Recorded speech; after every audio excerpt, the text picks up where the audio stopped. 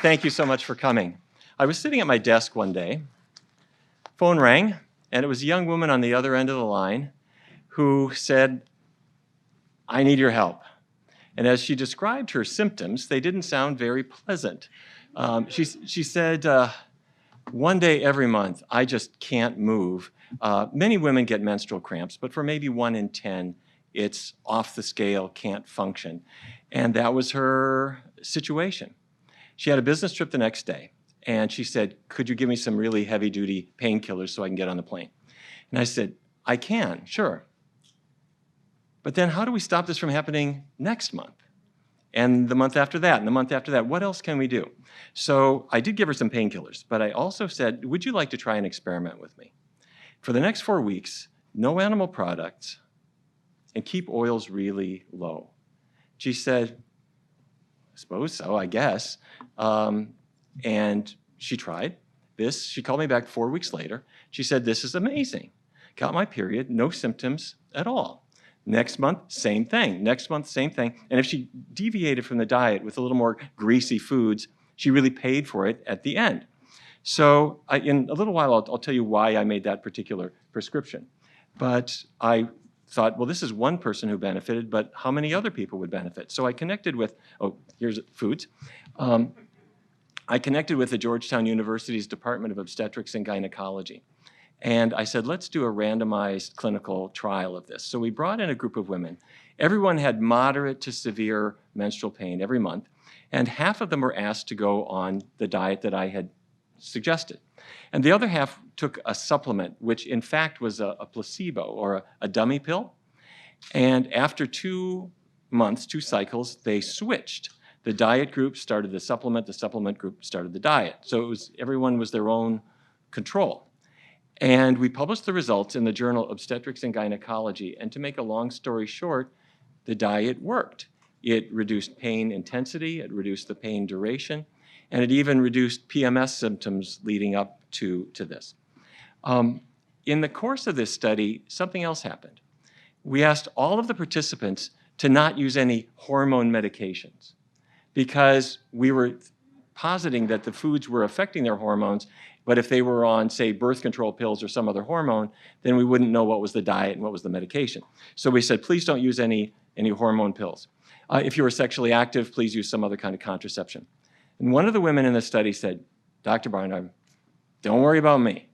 She and her husband had given up the idea of having a family years ago. She said, "We've both been evaluated. It's not him, it's me. I don't ovulate, I'm infertile. We don't use any contraception, no pills, no nothing, haven't for years." The second month that she was on the low-fat, plant-based vegan diet, she came into our research center and she said, "Dr. Barnard, I got bad news, I got good news." And I said, "Well, what is it?" "I'm dropping out of your study because I am pregnant." As a surprise, she was not infertile. She had a beautiful baby, and then another one, and another one.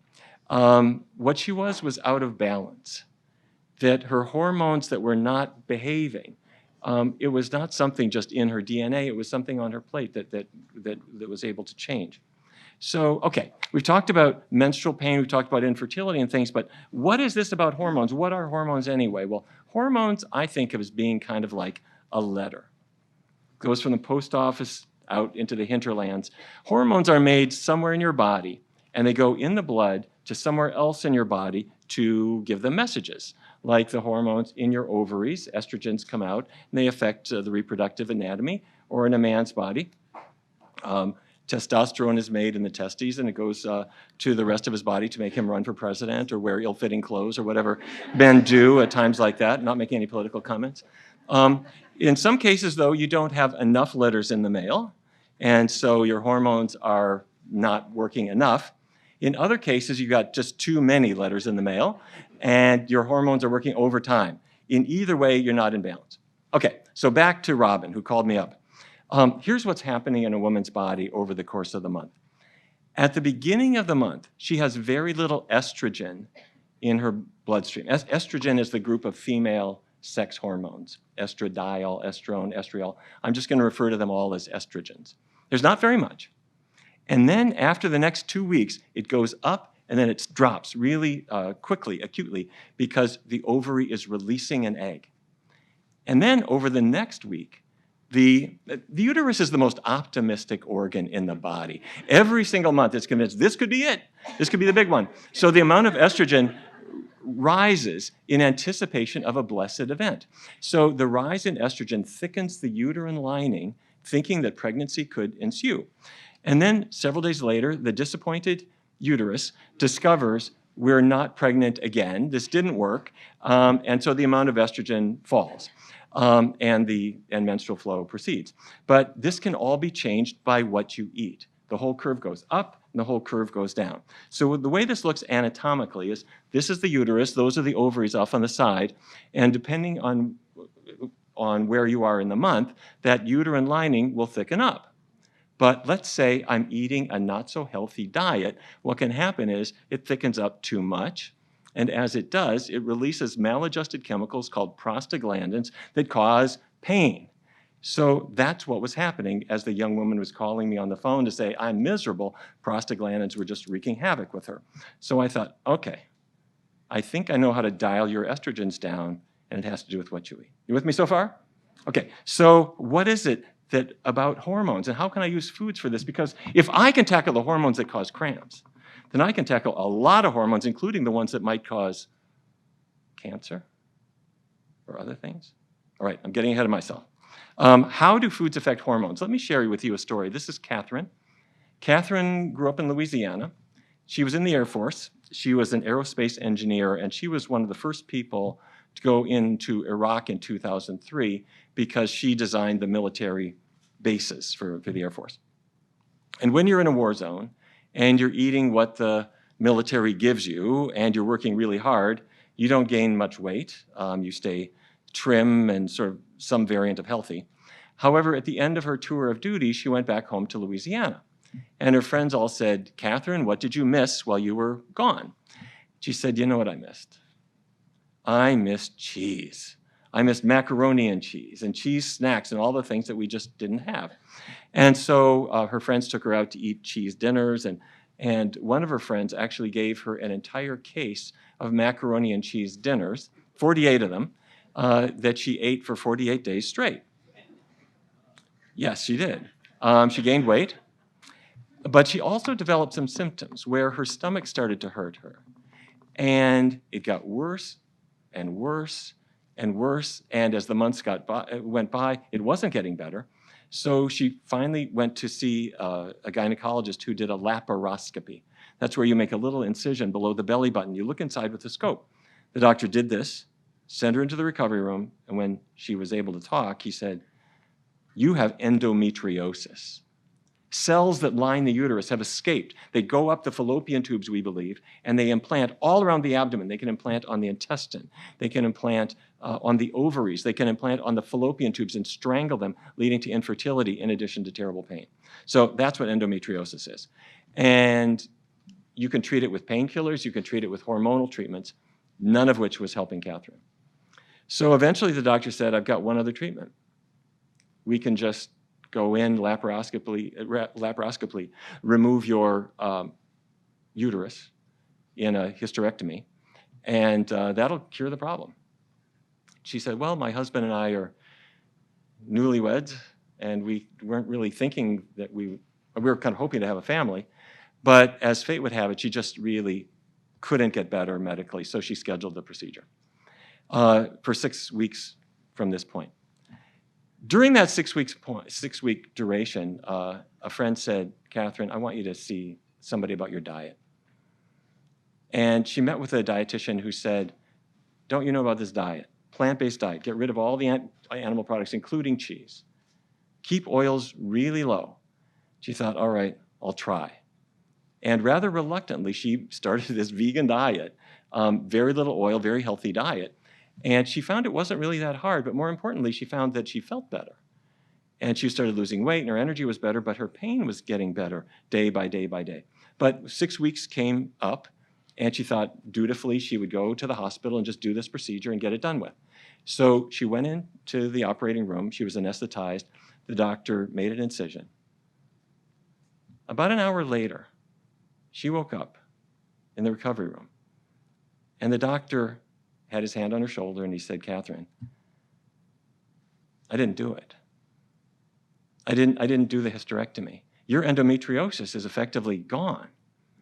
Her mother was sitting with her in the room. Her mother said, "She went vegan." The doctor said, "Stop it. Foods do not cause endometriosis, and a diet change is not going to cure it. There's only one explanation. This is a miracle." So I think that's in her chart, that she had a miracle. And so anyhow, she lost a lot of weight. She felt great. She never had the procedure. She's got 3 kids now, and she doesn't have endometriosis anymore. And in fact, Catherine now works for the Physicians Committee with our Food for Life program, teaching other women how to take back their health. Okay, so I mentioned that she loves cheese. So what's the deal with cheese? Does cheese have hormones? Well, yes. Cheese comes out of milk. Milk comes out of the cow. Cows are impregnated annually, and so for 9 months out of every 12, dairy cows are pregnant, making estrogens. It gets into the blood plasma, and from the blood plasma, it gets into the milk, and the longer the pregnancy proceeds, the more estrogen there is. Now, it's only a trace, but it's there. And in fact, some dairies have gone to the FDA and said, "We want to label our milk as hormone-free because they don't inject bovine growth hormone." But the FDA has said, wait, there is no hormone-free milk because the cow is making estrogens, whether they're pregnant or not, but when they're pregnant, they make more and more and more, and it gets into the milk and it gets into the cheese. Okay, wait a minute. So we're talking about estrogenic disorders that seem to be related to milk, cheese, animal products? Maybe. And maybe not just for women. Researchers in Rochester, New York, looked into a fertility clinic, and they brought in a group of men, and some of them ate relatively little cheese, and some ate a lot of cheese. And the sperm counts on the men who ate a lot of cheese were noticeably less than the men who ate relatively little cheese, raising this theory that the traces of estrogens in milk and in cheese are just enough to take a fragile thing like a man's fertility and knock it off kilter, or the regulation of endometriosis in a woman, or her sexual cycle. All of these things could be knocked off balance by hormones that nature didn't think she would get. By the way, speaking of men, vitamin V. The guy goes into the doctor's office and he says, "Doc, I can't raise the flag anymore." The doctor knows what he means. He writes out a prescription for Viagra, hands it to the guy winks at the doctor and walks out of the room.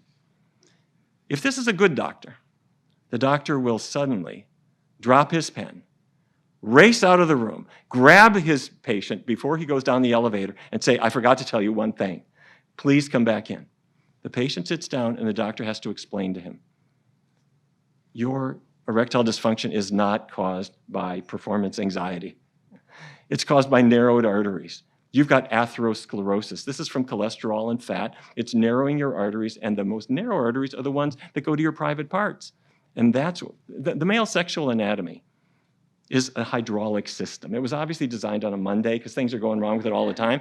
But the main thing is if you don't have good blood flow, it just doesn't do its thing, right? So if you have narrowed arteries so you don't get blood flow there, the doctor explains to the patient, "You've got narrowed arteries in your heart. You've got narrowed arteries in your carotids going to your brain," meaning you might have erectile dysfunction now, but in 2 to 3 years, you're going to have a heart attack or a stroke. You're a high-risk patient. So take your Viagra if you want to, but we've got to talk about reversing your systemic atherosclerosis, which will kill you.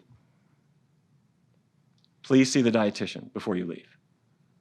You've just saved this patient's life. Erectile dysfunction is the canary in the coal mine of systemic atherosclerosis. Are you with me? Is this making sense? Okay, all right. So note to self, skip the cheese. What else affects our hormones, though? Your body has a certain amount of wisdom. It tries to get rid of excess hormones. Your liver, we don't respect our liver. It really cares for us. Things that we swallow, it tries to just get rid of them, including excess estrogens. And the estrogens go through that green, down the biliary tree. This is the common bile duct. And from there, it goes into the intestinal tract, and the estrogens go around and then out. You literally flush them down the toilet. However, this depends on something. It depends on fiber. Fiber is in your intestinal tract, and it carries the estrogens out. But here's the trick. Fiber is only in plants. It's not in animals at all. And so if you had salmon for lunch or an omelet or cheese or something like that, there's no fiber in that. And so the estrogen in the intestinal tract is absorbed back into the bloodstream, and it goes back to the liver eventually, and it goes around and around and around. And a woman then has too much estrogen circulating 24/7. And same with a man. Too much testosterone circulating 24/7. I've often wondered what would happen to politics in this country if men had a little more fiber in their diet, but that's another comment. So, spam. Animal, plant, what is it? Fiber? Yes, no? No. Trash can, goodbye, see you anyway. So, KFC? Sorry, gone. But also some plant things have had the fiber removed in the process of refining, so we're going to get rid of them too. Okay, so we've been talking about estrogens in foods, and we've been talking about how the body has a way of getting rid of them, getting you back into balance, but there's yet a third thing. And that's in dairy products, but it's not the fat, and it's not the protein. Something else. Daniel Kramer at Brigham and Women's Hospital in Boston started looking at the loss of fertility. As you know, when a woman is in her, maybe she's in her early 20s, she's at maximal fertility. But she might say, you know, I'm starting my career. This is not the time when I really want to take time off and raise a family. I'll put that off. And as she reaches 30 and 35, her mother says, you know, don't wait too long. The biological clock is ticking. Your fertility is declining. She says, I know. Dan Kramer looked at the drop in fertility between the late 20s and the late 30s in a woman's life. And in Thailand, where the diet is not an ice cream and cheesecake diet, there's relatively little dairy consumed. During that time period, the late 20s to late 30s, the drop in fertility, about 25%. In Brazil, a little more cheese, a little more rapid drop in fertility. In the United States, a lot more dairy products, especially milk, high fat, low fat, and whatever, and the drop in fertility is about 80% during that time period.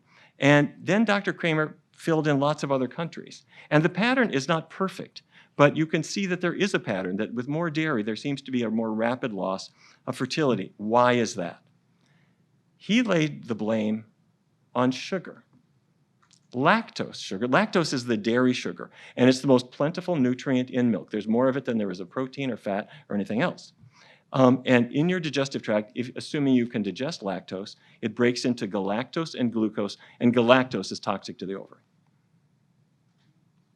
So what he believed, and has suggested, and there's substantial evidence that this is true, that if the more you expose the ovaries to galactose, the more you knock out fertility, you knock it out faster and faster and faster.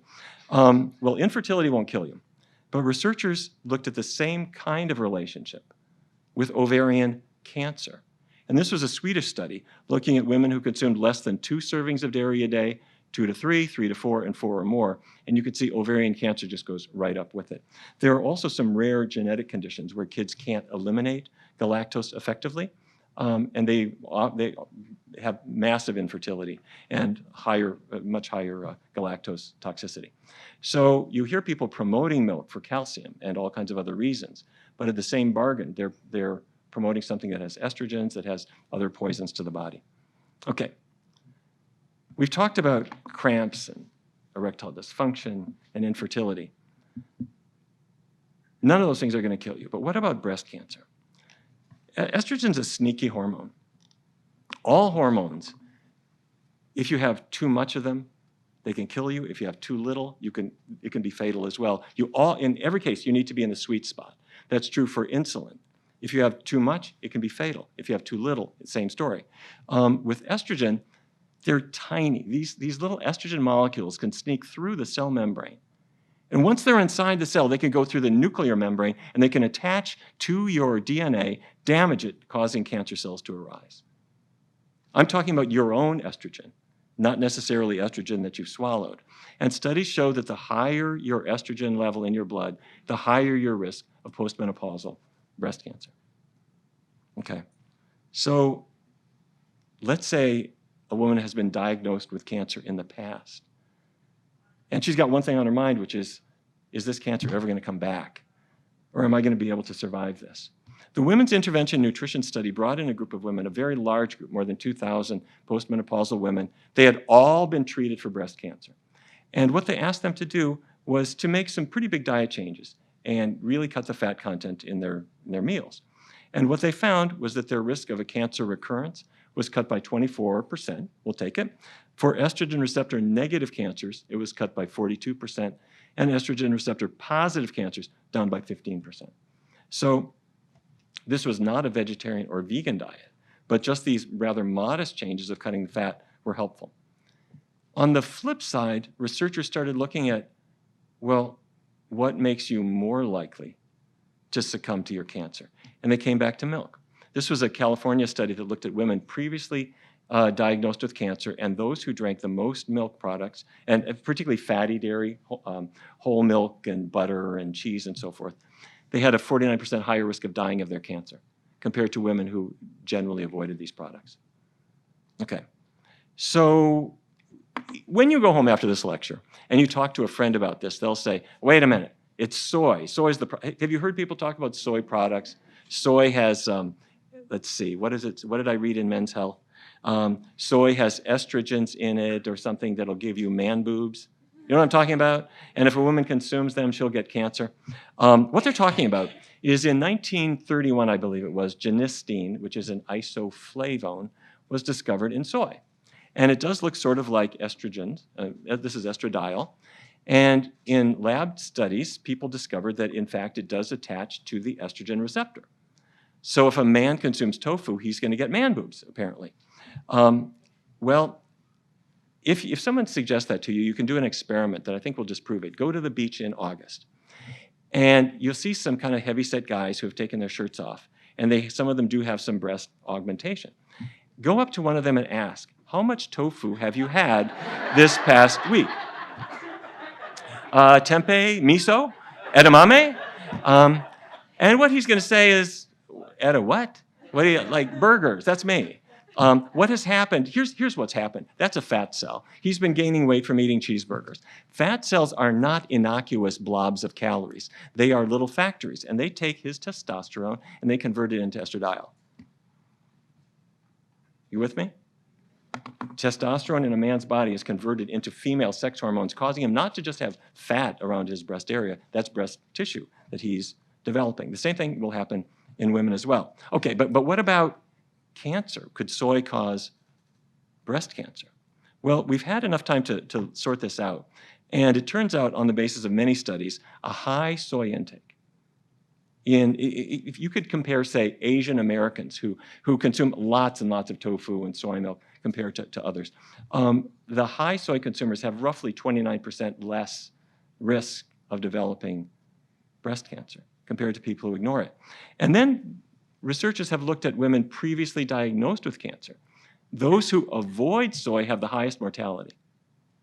Those who consume a lot of soy, whether it's tofu or soy milk or miso or whatever, they have the lowest mortality. And that's true whether it's estrogen receptor negative or positive tumors. These are just two different varieties of tumors, but in both cases, it seems to work.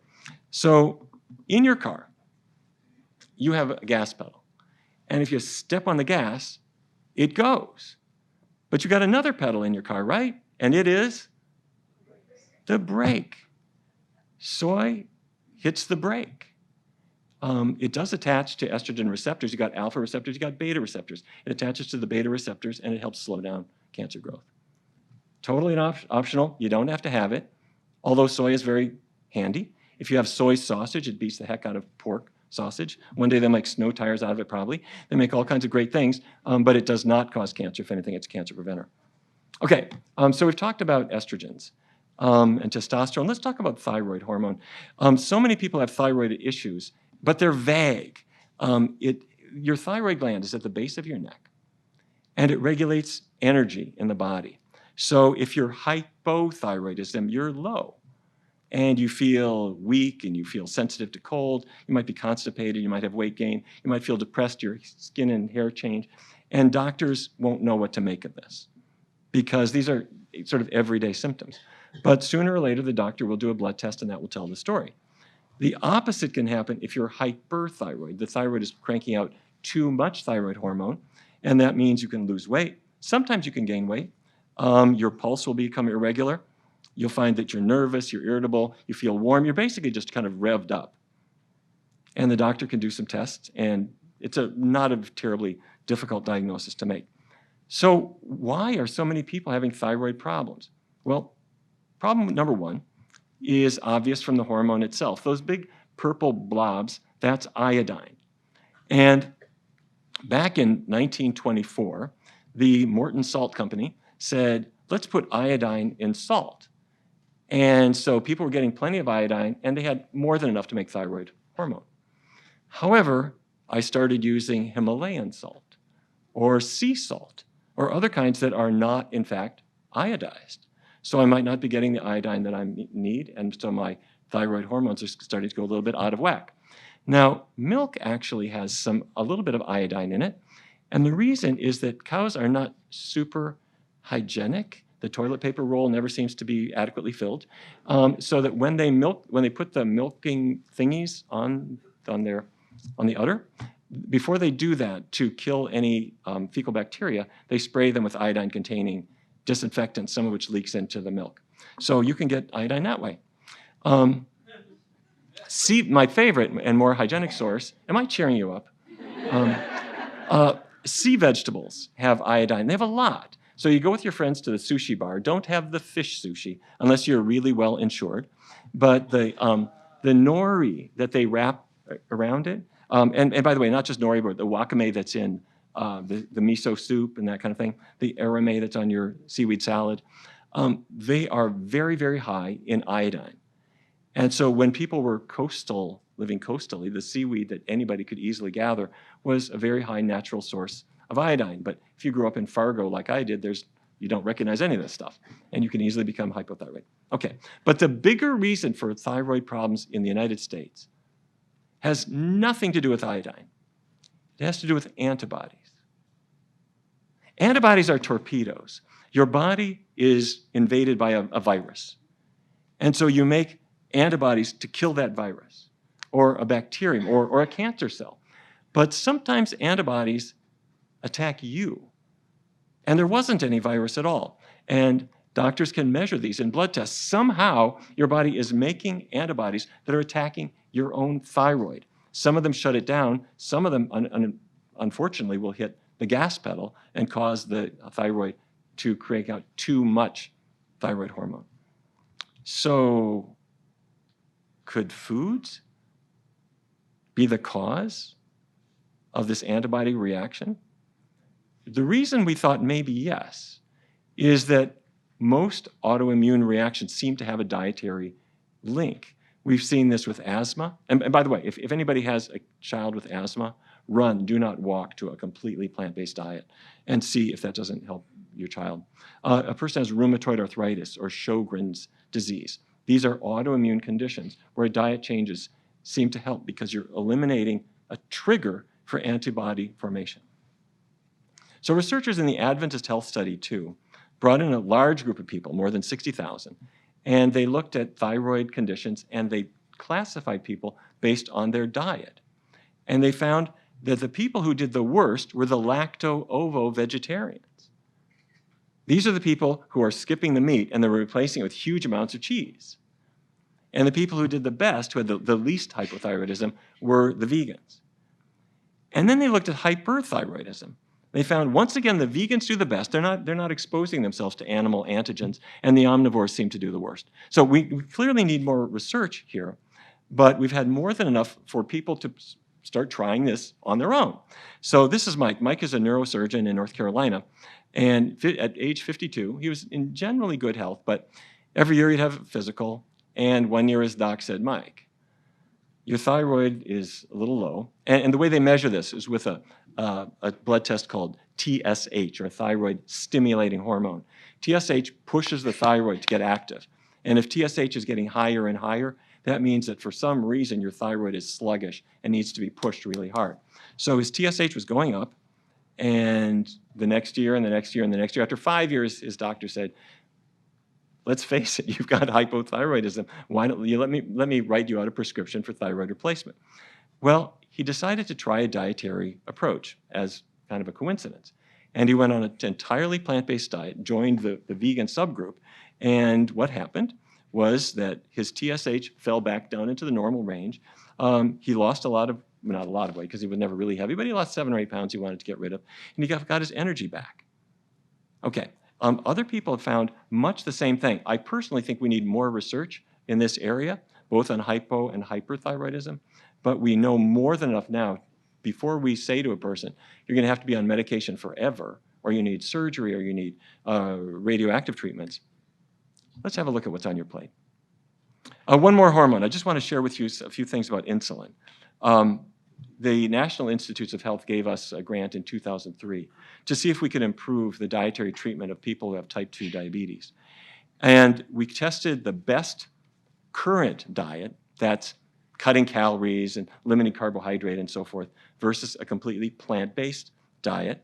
And this will not be on the test, but what we track is hemoglobin A1C, which indicates your blood sugar control. And the red line is the control group on the conventional diet, and they improved. They did well. They improved by about 0.4 absolute percentage points. The vegan group dropped by 3 times more, about 1.2 absolute percentage points. That drop is better than any oral diabetes medication you could get. And that's just from eating beans and asparagus and brown rice and fruit and things like that. No calorie limiting, no medication changes. To show what this means, this is a man named Vance who was one of our first research volunteers. He came into the study. He said, diabetes, it's been in my family. His dad was dead at 30. He was 31 when he was diagnosed. He came in to see us in his late 30s. He said, diabetes means I'm going to lose a leg. It means I'm going to go blind. So anyway, he joined our research study, and he was randomly assigned to the vegan diet. And after about 3 weeks, he said, you know, this is pretty easy diet. I said, what do you mean? People think of a vegan diet as meaning you have to have a taste for folk music and tie-dyed shirts. You have to be kind of half philosopher to go vegan, right? He said, look, instead of eating meat chili, you eat bean chili. He said previous diabetes diets had told him, cut calories, count carb grams, calibrate your insulin doses, da-da-da. He said, you don't tell me to do any of that. Instead of Alfredo sauce, it's tomato sauce. This is not hard. And over the course of about a year, he lost 60 pounds. His outside doctor, stopped his diabetes medications. And his A1C dropped from 9.5, which is out of control diabetes, to 5.3. Now, if you're not familiar with these numbers, I got his lab slip. And I paced around in my office for about 20 minutes staring at this lab slip. That's not diabetes. That is a normal value.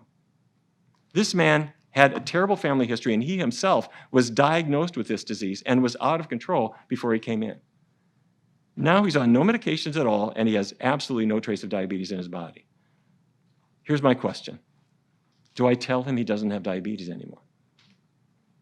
I know that sounds like a funny thing to say now, but at the time, what everyone said is, once you're diabetic, you'll always be diabetic. Don't you tell that patient that they're cured.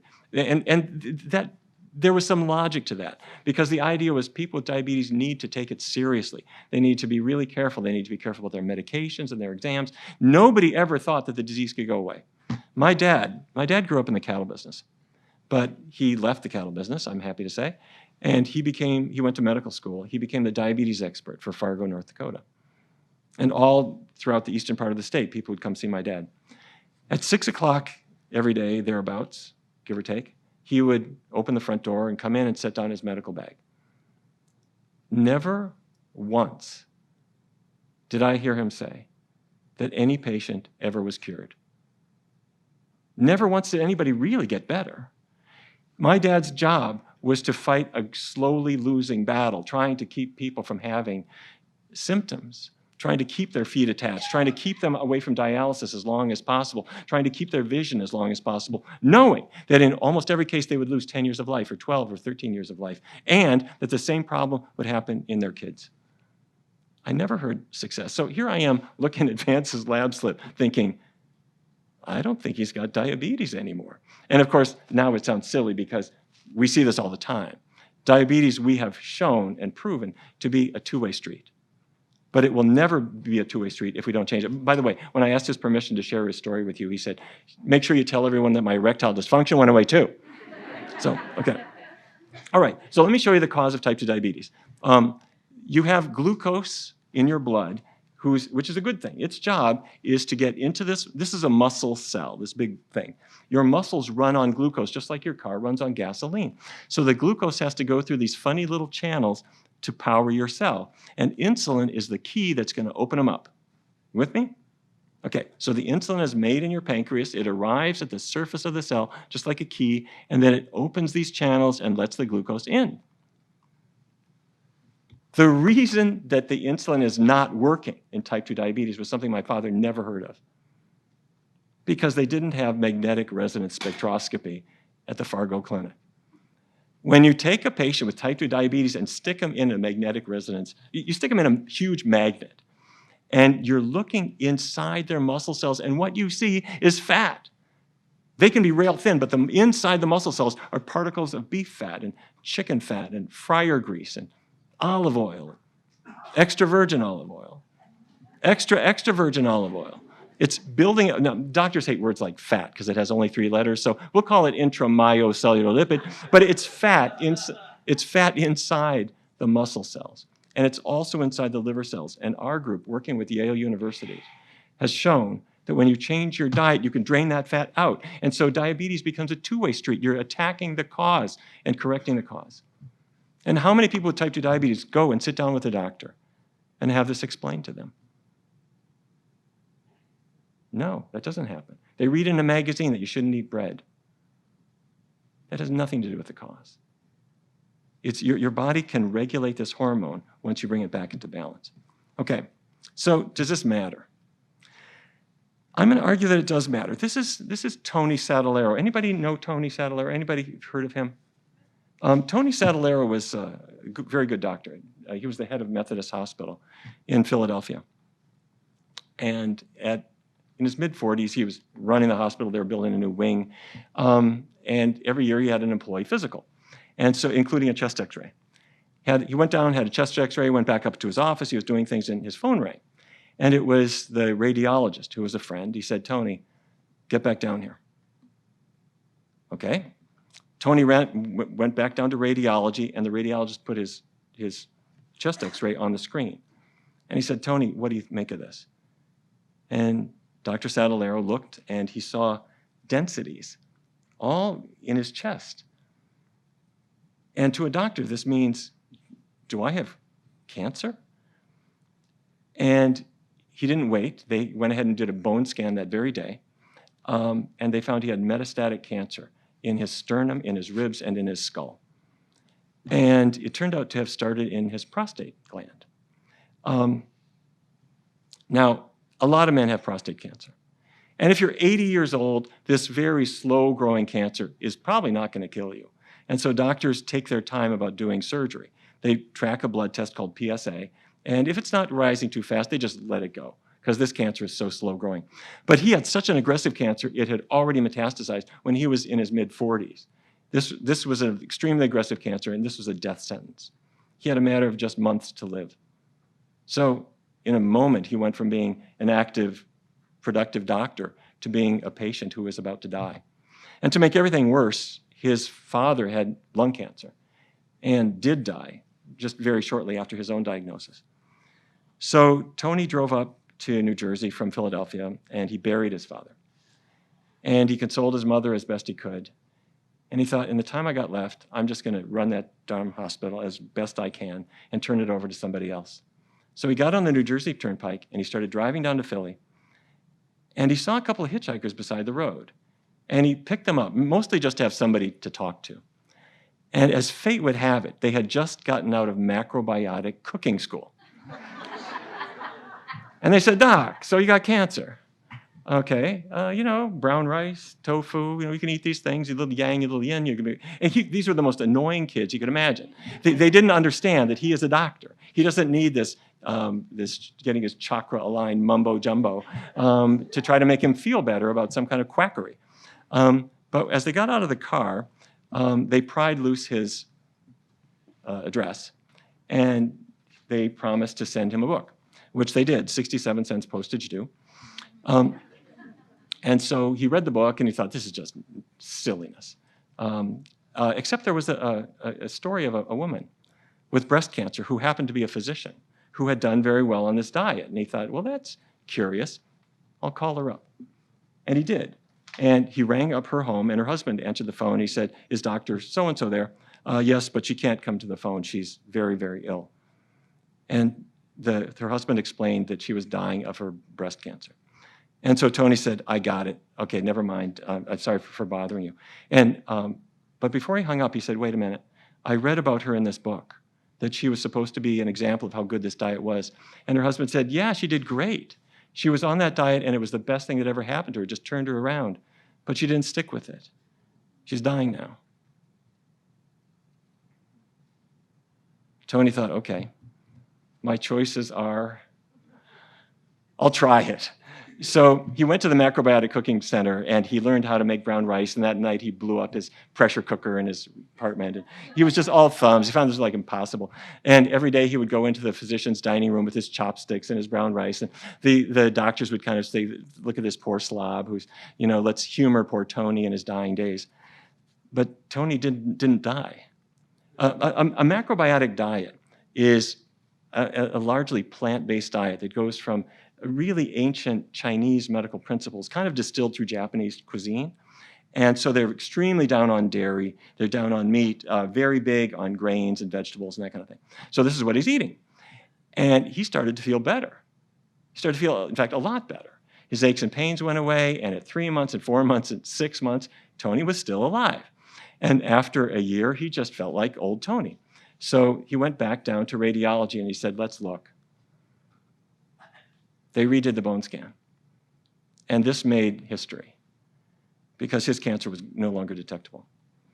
And this was not just somebody. This was the president of Methodist Hospital in Philadelphia to whom this happened. So he said, all right, I cannot keep this a secret. And he wrote a book called Recalled by Life. And he went on all the talk shows saying, I don't know how this works, but we have to study this. We have to understand this. I'm an N of 1. Let's bring people in and figure out how this works. And it's a very well-written and engaging book about his story. So I read this book, and I called him up. And he was vibrant, and I went and visited him. And I looked at his scans, and it's true. This man was cured, or seemed to be cured, at least. But as I got to know him, and we compared notes and so forth, and time went by, one day he told me something kind of frightening. He said, I've been well for so long. It's been about 10 years. I decided to stop the diet. What? I want to see how I am if I kind of liberalize this a little bit. And he didn't do well. Very rapidly, he started to get edema in his hands, which he couldn't really explain, and his energy level was going down. He could feel something was not right. So he tried to go back on the diet, and his macrobiotic counselor said, Tony, curing cancer once is a really good thing. Curing it twice is really hard. And I called him up one day, not too long after this. And his voice was strange, like a person on drugs. I said, Tony, what's with you? He said, I'm sorry, it's the narcotics. I said, what do you mean? He said, my cancer's back. 2 weeks later, he was dead.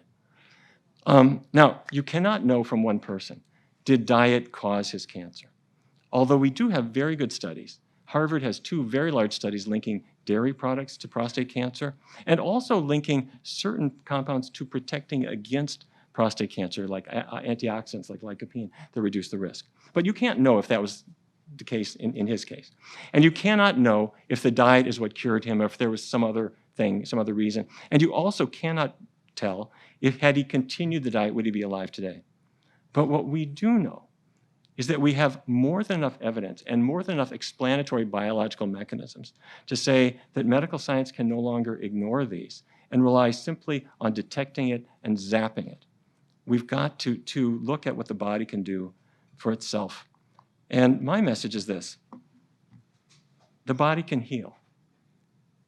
If you cut your hand A Band-Aid doesn't heal you.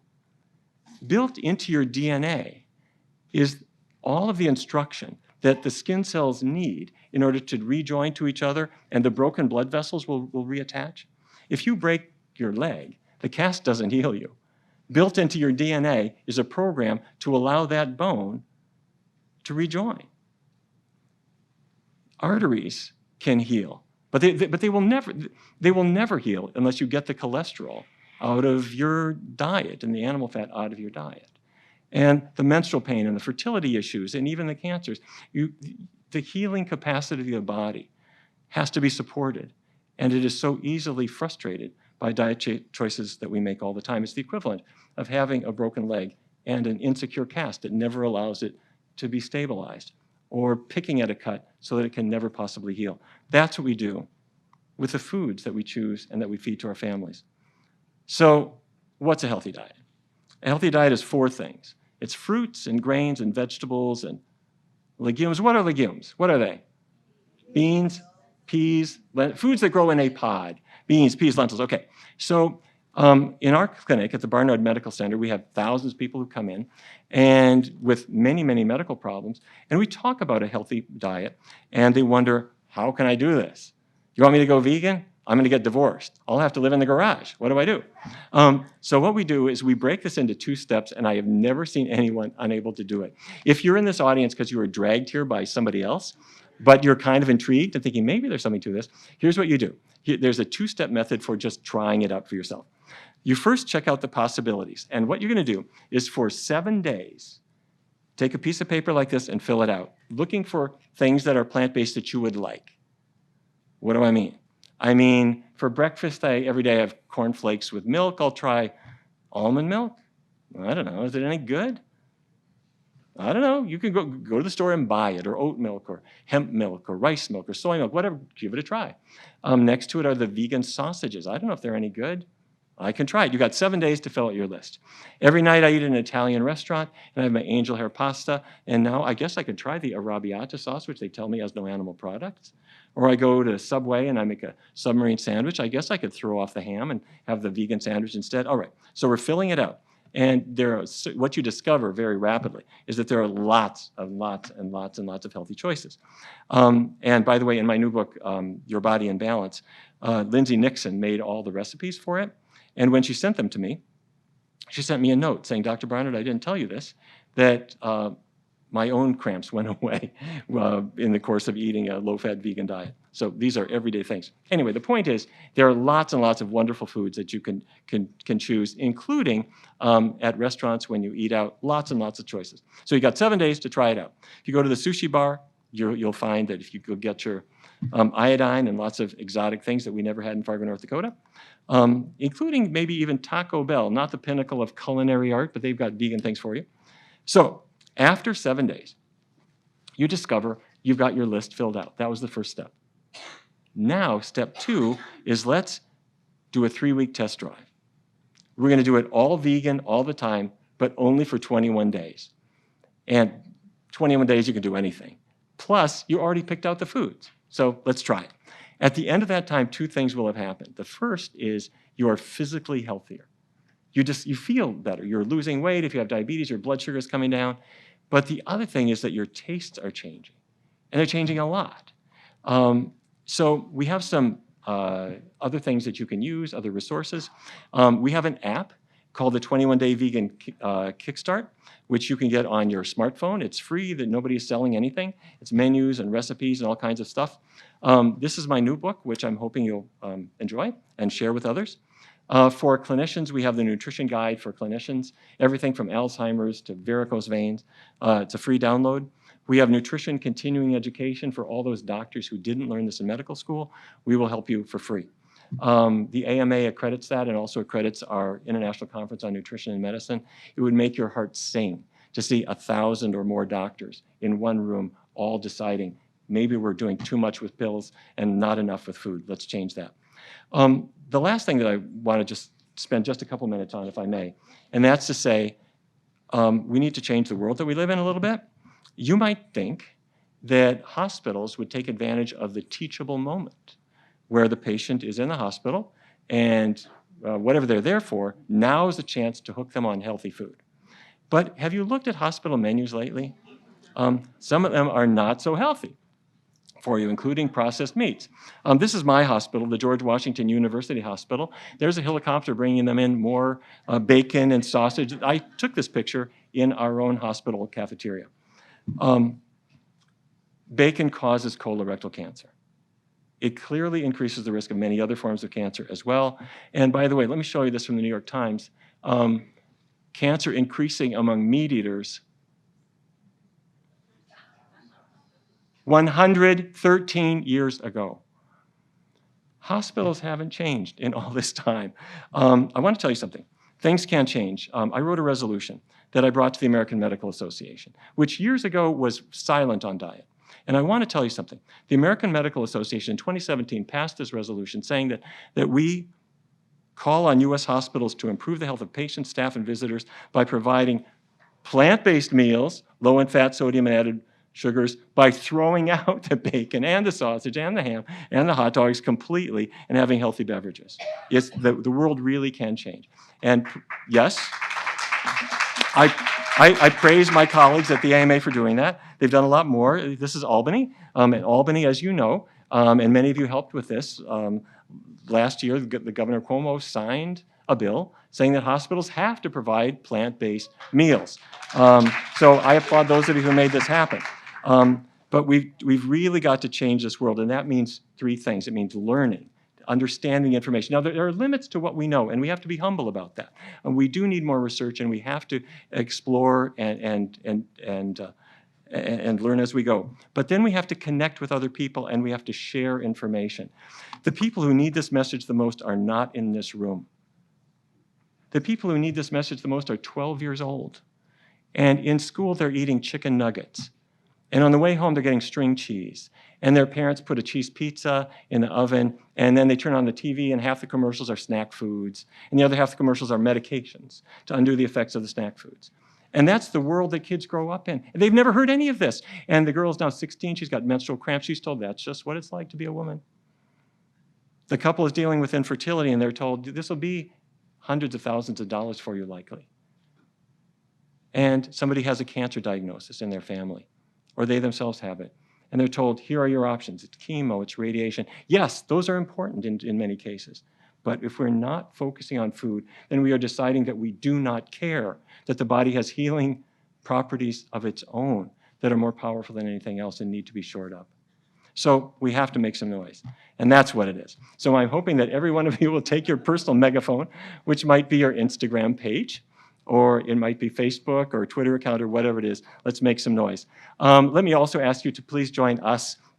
If you would, when you can, turn on your smartphone and actually go to pcrm.org/balance, join our network, and we have lots more resources there, and also an opportunity to sign up for more alerts. We are working on legislation all the time, including here in New York. We've got a bill coming in shortly that would require doctors to actually have continuing medical education related to nutrition 3 hours a year. It's a start. We are going to get pushback like you've never believed. But I think we can win it if we just insist that this is the case. We recently did a poll. 64% of doctors actually support it, but the medical community itself, the organized medicine, is not yet there. So help us to arm wrestle this. Governor Cuomo signed the bill. Hospitals need to put it to work. Let me ask you to help us arm wrestle with the hospitals. And the big area then has to be schools. There is no reason that a 7 or 8-year-old child should get a great education and even a look at their morals, but they're getting foods that are going to make them unhappy and hurt them and possibly even kill them later in life. We've got to change that. So I want to thank the JCC, and I want to thank all of you for allowing me to share this time with you tonight. Thank you very much.